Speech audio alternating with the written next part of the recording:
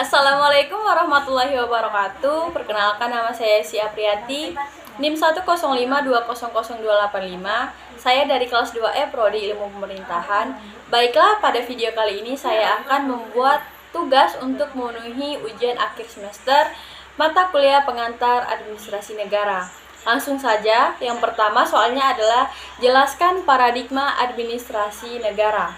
Nah, sebelumnya paradigma adalah suatu teori dasar atau cara pandang fundamental yang dilandasi nilai-nilai tertentu yang berisikan teori pokok, konsep, metodologi, atau cara pendekatan yang dapat dipergunakan oleh para teoritasi dan praktisi dalam menanggapi suatu permasalahan, baik dalam kaitan pengembangan ilmu maupun dalam upaya pemecahan permasalahan bagi kemajuan hidup dan kehidupan manusia. Nah, pada administrasi negara ini, paradigma ini mengidentifikasi diri dengan masalah dan kepentingan publik sebagai lokus dan teori organisasi ilmu manajemen dan kebijakan publik sebagai fokus. Nah, soal yang kedua, mengapa ilmu administrasi perlu dipelajari beserta contohnya? Menurut saya, sangat penting mempelajari ilmu administrasi negara karena kita bisa mempelajari perencanaan, pengendalian, dan pengorganisasian pekerjaan perkantoran. Kemudian, dengan mempelajari ilmu administrasi dan manajemen, kita dapat mengatur semua kegiatan yang berhubungan dengan administrasi dalam kehidupan sehari-hari. Misalnya, dalam menyusun skala prioritas, kebutuhan, sesuatu yang penting dan harus dimiliki oleh setiap orang yang ingin berkecimpung dalam dunia sosial politik dan organisasi di dalam masyarakat. Pentingnya ilmu administrasi ini dikarenakan pada setiap organisasi atau wadah administrasi sangat diperlukan keahlian administrasi untuk mengelola dan mengatur perencanaan dan kegiatan kerjasama antar anggota organisasi, agar tujuan dari organisasi tersebut dapat berjalan lurus dan sebagaimana mestinya. Tanpa adanya ilmu administrasi, suatu organisasi tidak akan berjalan baik dikarenakan tidak adanya pengelolaan dan kerjasama yang baik, sehingga dampaknya adalah tidak berjalannya tujuan organisasi yang akan berakhir pada kehancuran organisasi tersebut. Nah, yang dimaksud organisasi di sini bukan hanya organisasi tingkat pemerintah pusat dan daerah. Pentingnya ilmu administrasi berlaku bagi semua organisasi, bahkan sampai organisasi tingkat terkecil sekalipun, yaitu keluarga.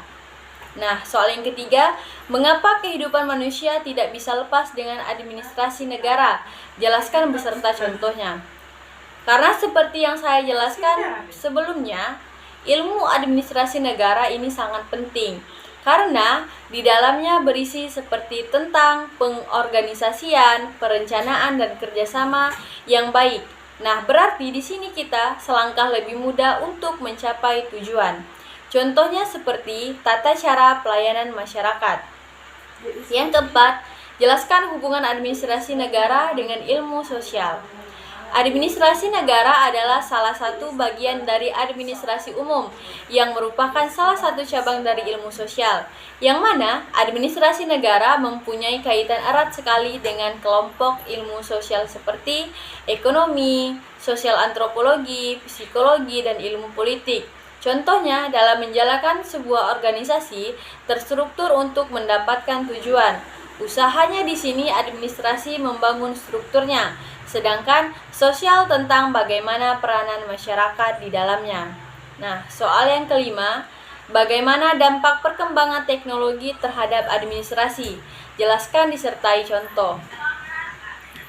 Perkembangan teknologi tentunya membawa dampak positif terhadap administrasi, karena teknologi yang semakin hari semakin canggih membuat segala pekerjaan yang dilakukan bisa dengan mudah.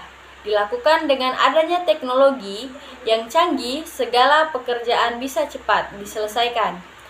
Dalam bidang administrasi, teknologi membawa perubahan yang bisa dikatakan semakin bagus.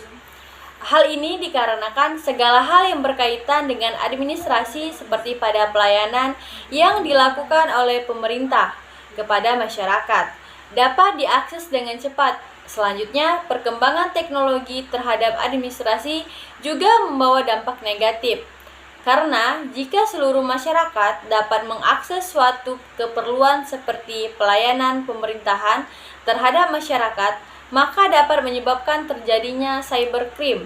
Contohnya seperti pada masa COVID-19, melamar pekerjaan dapat dilakukan melalui aplikasi-aplikasi yang dapat menunjang hal itu terjadi, seperti melamar pekerjaan di Alfamart, memasukkan berkas melalui link, mengikuti interview melalui Google Meet, mengikuti ujian atau kuis, serta sampai pada tahap training.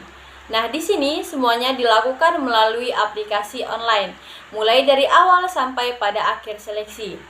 Nah, sekian yang dapat saya jelaskan untuk memenuhi ujian akhir semester saya. Lebih dan kurang saya mohon maaf. Wassalamualaikum warahmatullahi wabarakatuh.